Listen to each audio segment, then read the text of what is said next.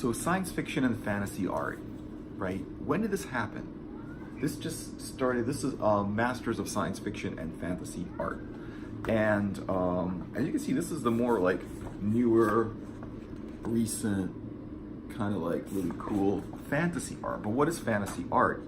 Well, it's sort of like medieval fiction or medieval stories or things that happened in the past in a time that was forgotten.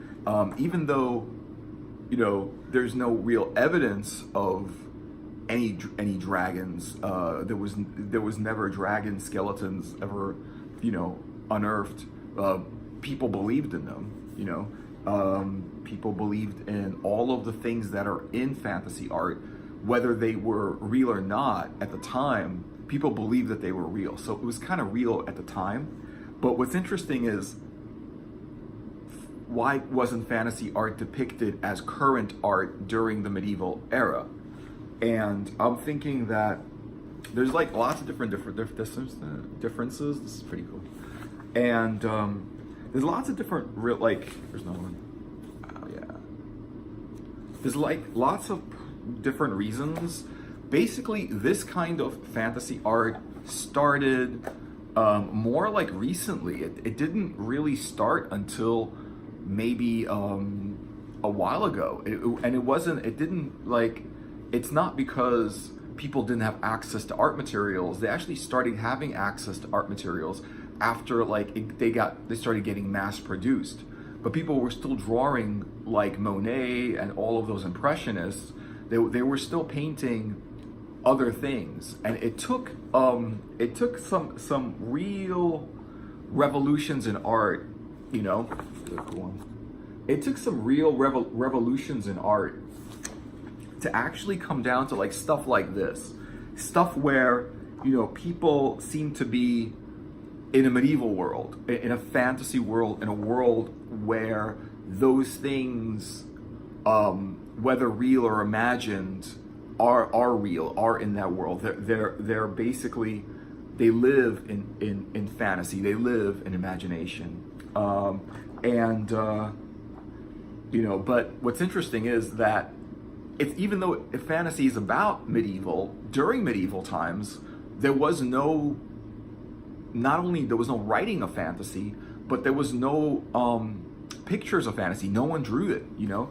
The only thing people painted that was sort of fantasy was, maybe you could say, that was the roots of fantasy, which is myths and legends that went back in time, that went back to the beginning, before writing happened, before people would write down stories. They would just tell stories to each other and then pass it down generation to generation.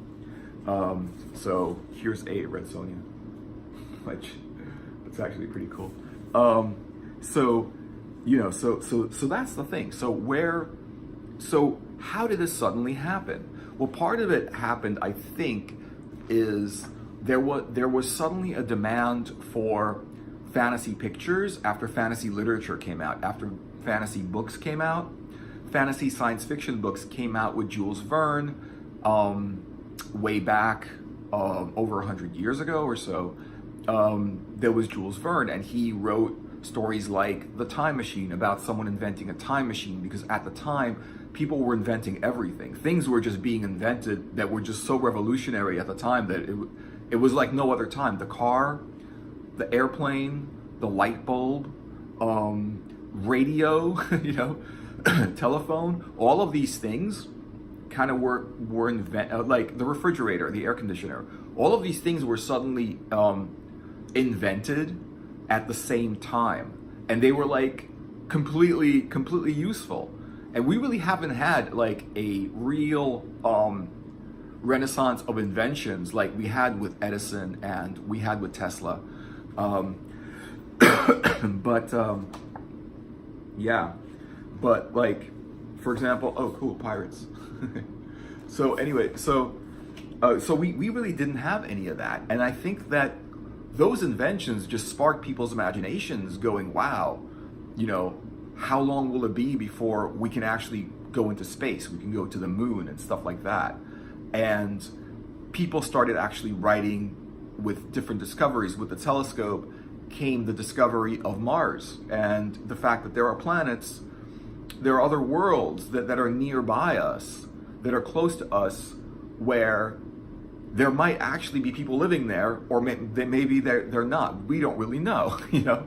But the thing is, that was enough to spark the imagination, and that was enough to have people started writing about the princess of Mars, or that there was life on Mars, or on the moon, or in one of the planets, or somewhere else besides our Earth. And so with those stories, and the printing press that was able to like mass produce those stories and print them, and then what happened was the printing press went full color, and now they can actually, now we could take pictures, we can take pictures and paintings, and we could take photographs of them, and we can make prints of them, and we can put them on the front of books. And what happened was that art went from impressionists and surrealists and Renaissance. It went from paint on a canvas to a print, and it was just the mass production of art. It was the industry of art. It was the industrial revolution of art. Machines could reproduce art, and now, you know, even though you can't get an original piece by anybody, by Michelangelo, by Da Vinci, you can't really get an original piece by them. What you can do is get a print by them that looks kind of like, you know, just as nice. It's a reproduction, but it looks really, really nice. So take that, and then take a demand of all of these different books that started coming out. Books started coming out about the future, about the past. Books started coming out about Excalibur, Merlin, all of those ancient, all of those stories that were myths suddenly became stories that were not myths. They were just stories of the imagination, and stories about the future. So there was a demand where people were like, well, my story is about a time machine, so I need somebody to paint a time machine for me. I need someone to draw that for me, to put that on the front of my book. So after people started writing science fiction and fantasy, they started having to put those on their books. And what happened with that was people that maybe did not go to museums, and people that maybe stayed but they did go to a bookshop, or they did go to a newsstand, and suddenly color photographs were on the front of all of these books, and magazines were coming out, and all of these color photographs were coming out. Oh, this one's cool. All of these different like color photographs were like coming out about,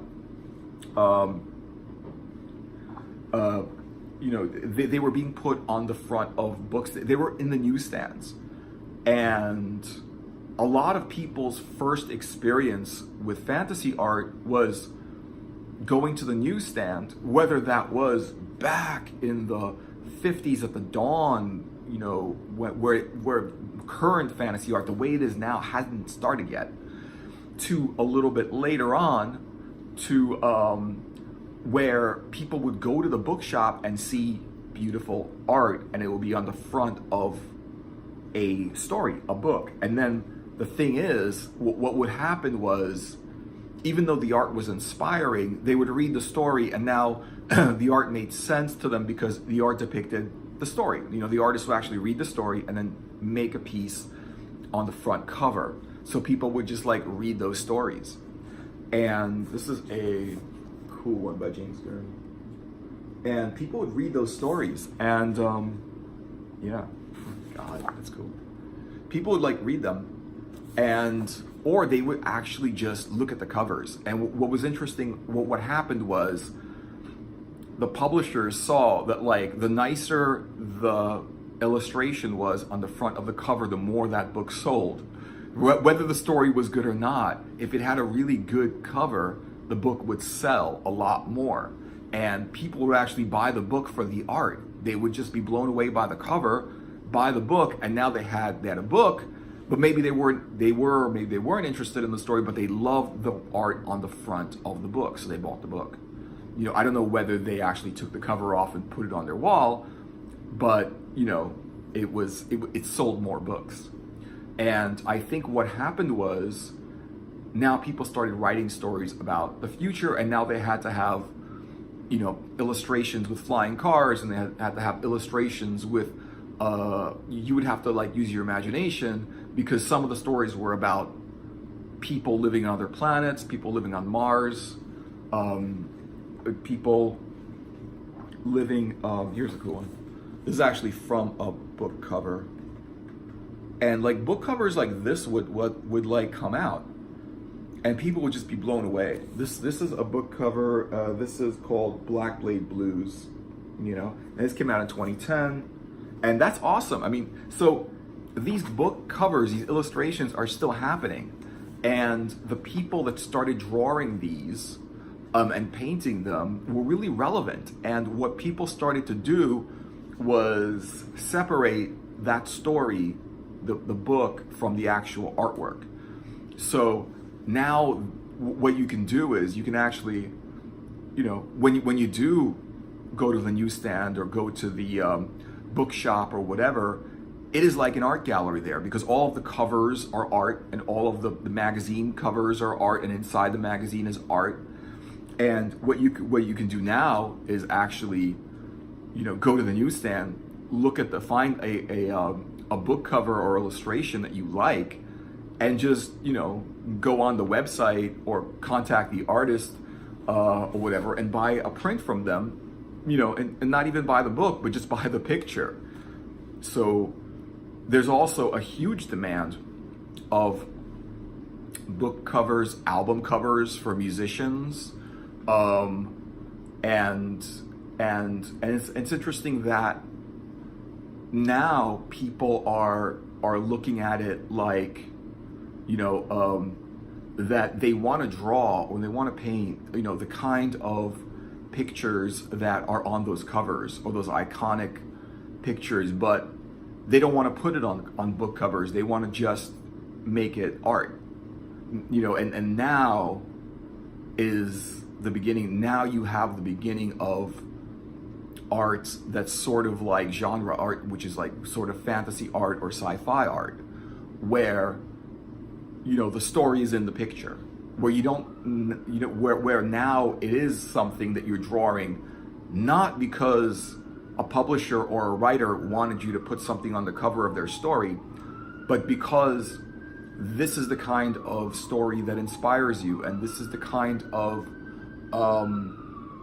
genre that inspires you. And when you look at a picture of a fantasy picture, or a sci-fi picture, or something just really imaginative, or something about people that are sort of heroes in another world, and it's just sparks the imagination about, well, what's that world like? Who are these heroes? What's their story and stuff?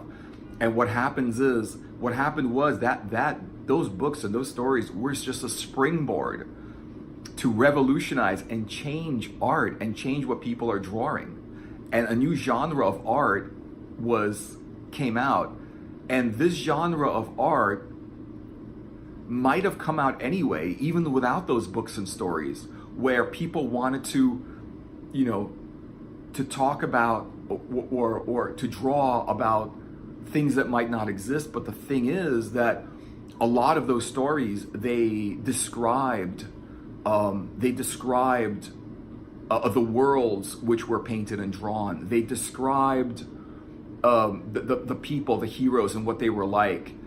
And a lot of people that actually draw fantasy and science fiction art are inspired by fantasy and science fiction stories. And those stories had a lot of elements, and they had a lot of descriptions of heroes and people, creatures and monsters, dragons, whatever, that were in that story. And now it's really gone on its own. And now you would have like fantasy art. Here's one. And now like fantasy art is a thing of itself. It's yes, they're still putting it on album covers, on book covers, on all that, but now it has its own essence. It has its own life, where people are drawing and painting, fantasy and sci-fi scenes and imaginative scenes, just to paint it, just to make fine art. The fantasy fine art. There was fantasy illustration, and it turns into, when you're drawing a fantasy piece, or you're collecting, or you're buying a fantasy piece and you're putting it on your wall, it's just a fantasy piece. It's like there's no story behind it except what the artist intended to say in that picture, in that drawing. And when you put that, now it's no longer attached to a specific story. It's just what it is. It's just art. And it's interesting how fantasy art might have been different without all of those stories. But what's interesting is whether those two crafts, whether those two arts kind of like took a journey side by side. The writers took a journey and the artist took a journey, and somewhere they interacted, and now they're still interacting, but the art is doing its own thing.